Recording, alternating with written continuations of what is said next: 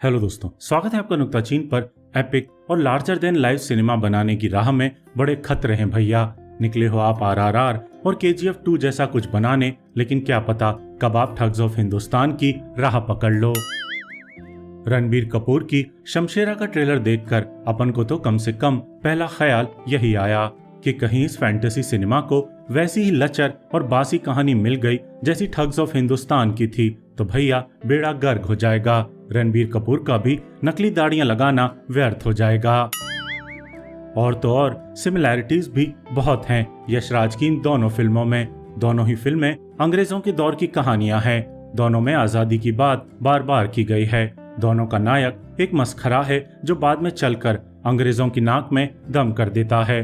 दोनों में नायिकाएं डांसर हैं जो बाद में नायक की मदद करती हैं।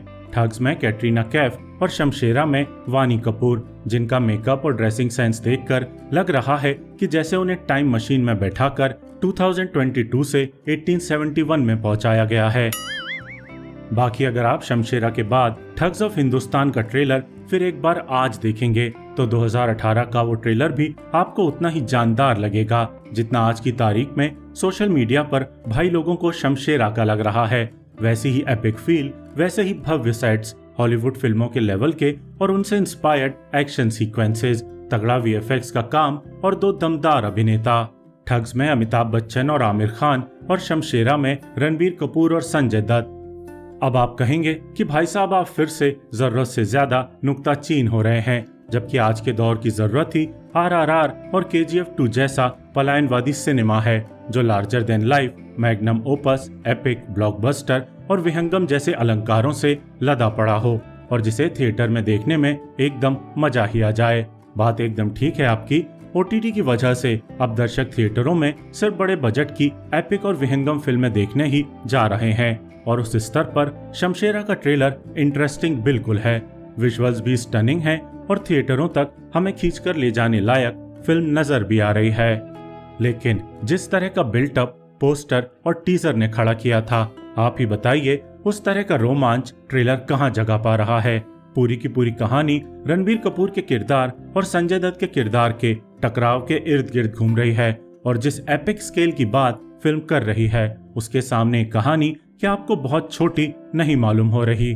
इस पर सबसे खराब ये कि लग रहा है कि क्लाइमैक्स बैटल तक ट्रेलर में दिखा दी गई है। संजय दत्त भी केजीएफ 2 के बाद क्रूर विलेन के रोल में रिपीटेटिव लग रहे हैं और अग्निपथ के कांचा जैसी दरिंदगी अगर दिखा पाए तभी फिल्म में छा पाएंगे।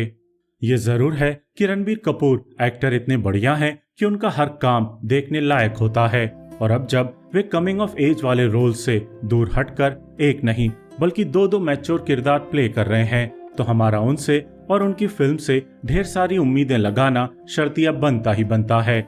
डकैत के रोल में वे फब भी खूब रहे हैं। डायरेक्टर करण मल्होत्रा भी इस तरह की ओवर द टॉप कहानियों को अच्छे खासे लाउड अंदाज में कहने के लिए जाने जाते हैं और इसलिए आप उम्मीद रख सकते हैं कि शमशेरा को उन्होंने वैसा ही ट्रीटमेंट दिया होगा जैसा केजीएफ 2 का था, एपिक, एस्केपिस्ट और मसालेदार। अभी कुछ दिनों पहले ही मैं उनकी अग्निपथ दोबारा देख रहा था और उनकी over the top film making sensibility काफी कुछ वैसी ही है जैसी केजीएफ के निर्देशक प्रशांत नील की है। इसलिए भी आप ये उम्मीद कर सकते हैं कि बड़ा बजट हाथ में होने के चलते वे दर्शकों को केजीएफ और बाहुबली आरआरआर जैसा सॉलिड थिएटर एक्सपीरियंस देने की कोशिश पूरी मेहनत से करेंगे। बस की कहानी में दम हो ताकि 22 जुलाई को आ रही शमशेरा दूसरी ठग्स ऑफ हिंदुस्तान बनकर हमें एक बार फिर ठग न ले। वीडियो देखने का बहुत बहुत शुक्रिया।